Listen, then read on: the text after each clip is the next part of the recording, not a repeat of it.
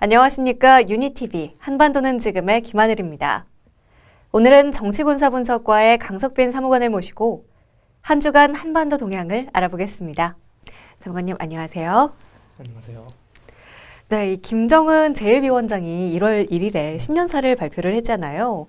지난주 이 한반도는 지금에서 특집으로 다루기도 했는데요. 이후에 북측 동향 어떻게 됐나요? 궁금합니다.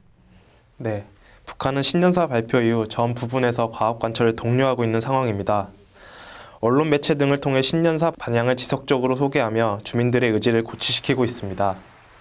더불어 걸기대회 등도 실시하고 있는데요.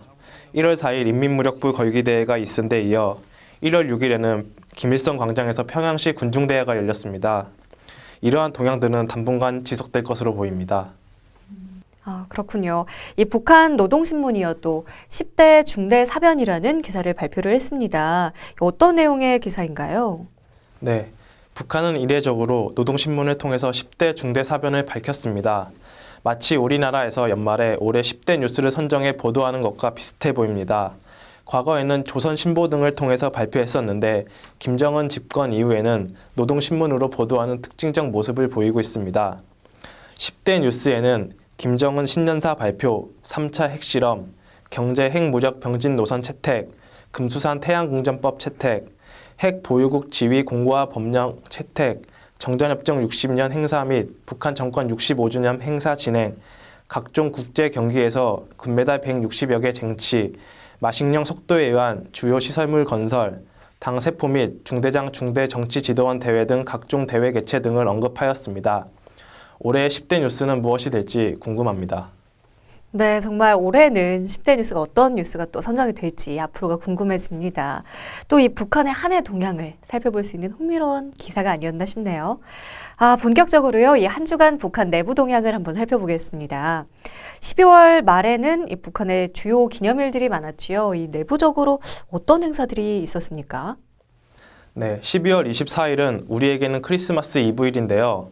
북한에서는 김정일 최고사령관 추대 및 김정숙 생일로서 이 날을 기념하고 있습니다. 이때 김정은과 주요 인사들은 금수산 태양궁전들을 참배했는데요. 그 이외에 특별한 행사 없이 예년 수준으로 평이하게 진행했습니다. 장성택 숙청 이후 체제 결속 분위기를 이어나가기 위해 가계 우상화 및 내부 단결을 강조하는 모습을 보여주었습니다. 또한 12월 27일은 북한의 사회주의 헌법절이었는데요. 우리나라의 제헌절과 비슷한 기념일입니다. 그러나 특별한 행사 없이 조용하게 지내는 모습이었습니다. 또한 12월 30일은 김정은 최고사령관 추대일인데요. 이때 12월 29일 김영남, 박봉주 등 참석하에 중앙보고대회를 개최했습니다. 이때 최종해 군 총정치국장이 보고를 하면서 김정은 집권 2년간 주요 업적을 선전했습니다.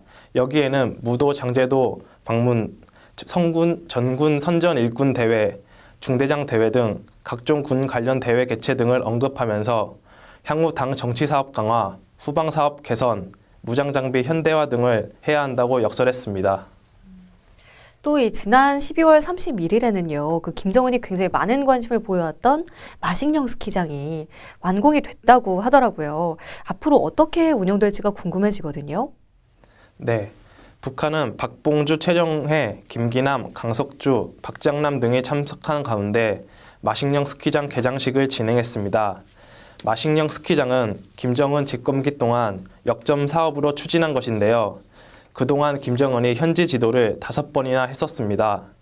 마식령 스키장은 슬로프는 총 8개이고 부대 시설은 호텔 2채, 스케이트장 등을 비롯한 총 60여 개의 관련 시설들이 있습니다. 공식적으로는 1월 10일부터 국내에 공개한 이후 1월 말부터 국외 관광객을 유치할 것으로 보입니다. 그러나 마식령 스키장이 정상적으로 운영되기 위해서는 전력 공급과 주변 인프라 구성이 필요할 것으로 보이는 바 관심 있게 지켜봐야 할 것 같습니다. 또 12월 말에 내각전원회의가 개최가 됐었잖아요.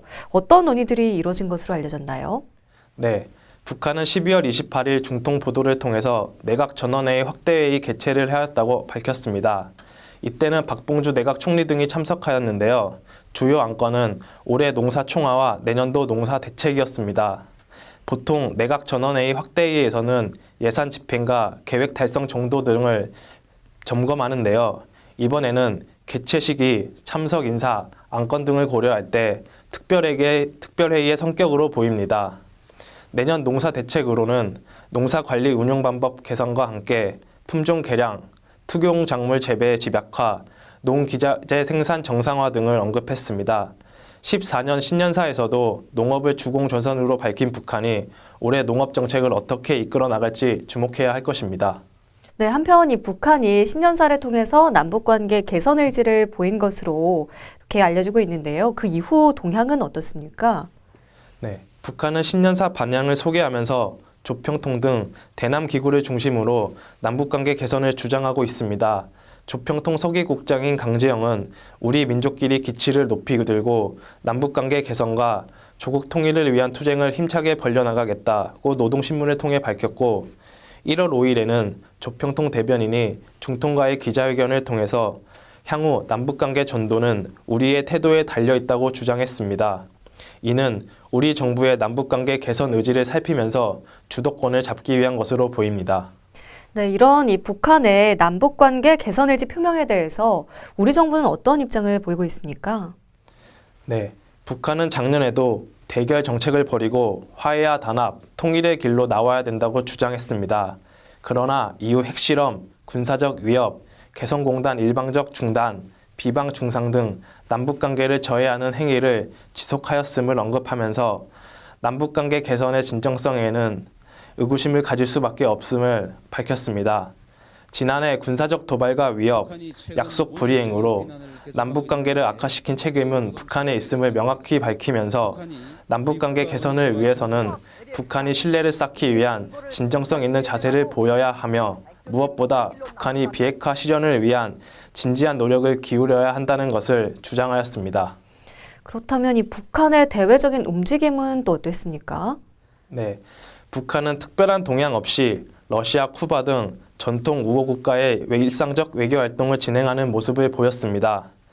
쿠바 내각 수상에게 쿠바 혁명 55주년 관련 축전을 발송했고 김영남 최고인민회의 상임위원회 위원장은 러시아 테러 사건과 관련하여 위로 전문을 보냈습니다. 네, 1월 8일인 오늘은 이제 김정은의 생일인 것으로 알고 있는데요. 이와 관련한 특별한 동향이 있습니까?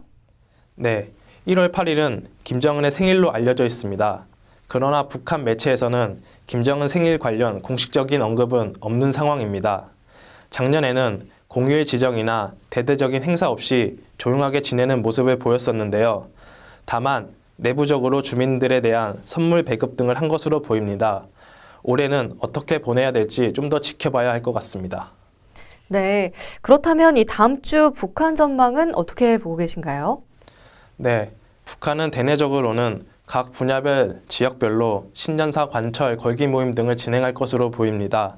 또한 1월 8일 김정은 생일 전후로 내부적으로는 김정은 결사옹위를 강조하면서 충성 맹세 모임 등을 진행할 수도 있습니다.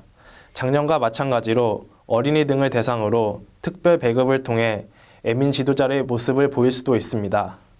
대외적으로는 현재 미국의 농구 스타인 데니스 로드맨이 평양을 방문 중인데요. 이와 관련한 친선 농구 경기 등을 개최할 것으로 보입니다. 이때 김정은과 만날 수 있을지 주목해야 봐야 할 것입니다. 대남 측면에서는 대통령 신년 기자회견 내용 등을 빌미로 우리 정부의 대북 정책 전환, 의지에 대해 비난 공세를 강화할 것으로 보입니다. 네, 지금까지 정치군사분석과의 강석빈 사무관을 모시고 한 주간 한반도 동향을 알아봤습니다. 사무관님, 오늘 말씀 고맙습니다.